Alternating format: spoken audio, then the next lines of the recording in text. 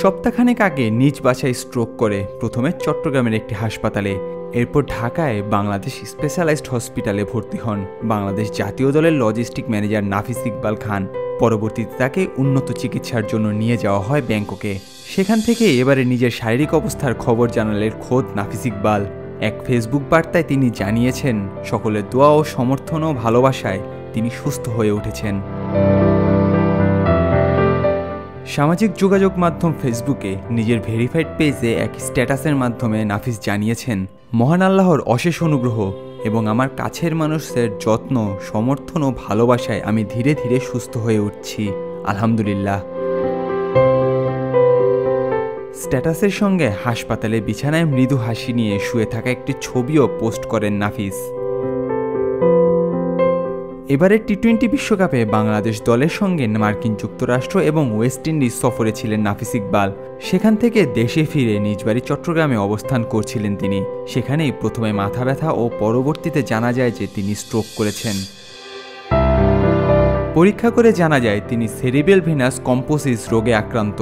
তার মস্তিষ্কে ভেনাস সিস্টেমে রক্ত জমাট বেঁধেছে, যা একটি বিরল রোগ।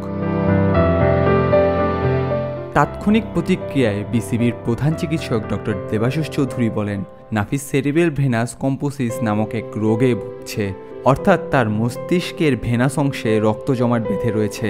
এখন অবস্থায় স্থিতিশীল রয়েছে। যে প্যারামিটারগুলো দেখা হয় সেগুলো সব ভালো আছে। বিশেষজ্ঞদের মতামত অনুযায়ী এটা যদি আরও খারাপের দিকে না যায় তাহলে এই সমস্যা পুরোপুরি ভালো হয়ে যাওয়া সম্ভব। এরপর পারিবারিক সিদ্ধান্তে তাকে উন্নত চিকিৎসার জন্য ব্যাংকক নিয়ে যাওয়া হয়। তবে সেটি যে শারীরিক অবস্থার অবনতির কারণে না, সেটিও নিশ্চিত করেছেন ডাক্তার দেবাশিস চৌধুরী। 39 বছর বয়সী সাবেক ক্রিকেটারের আন্তর্জাতিক ক্রিকেটে অভিষেক হয়েছিল 2003 সালে ইংল্যান্ডের বিপক্ষে চট্টগ্রামে।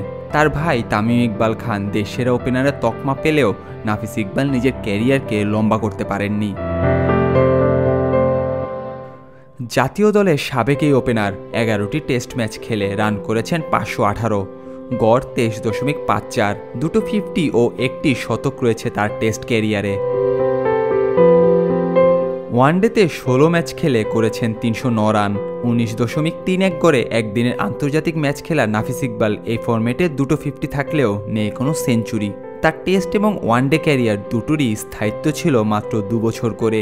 এর মাঝেই নিজেকে চিনিয়েছিলেন নাফিস ইকবাল।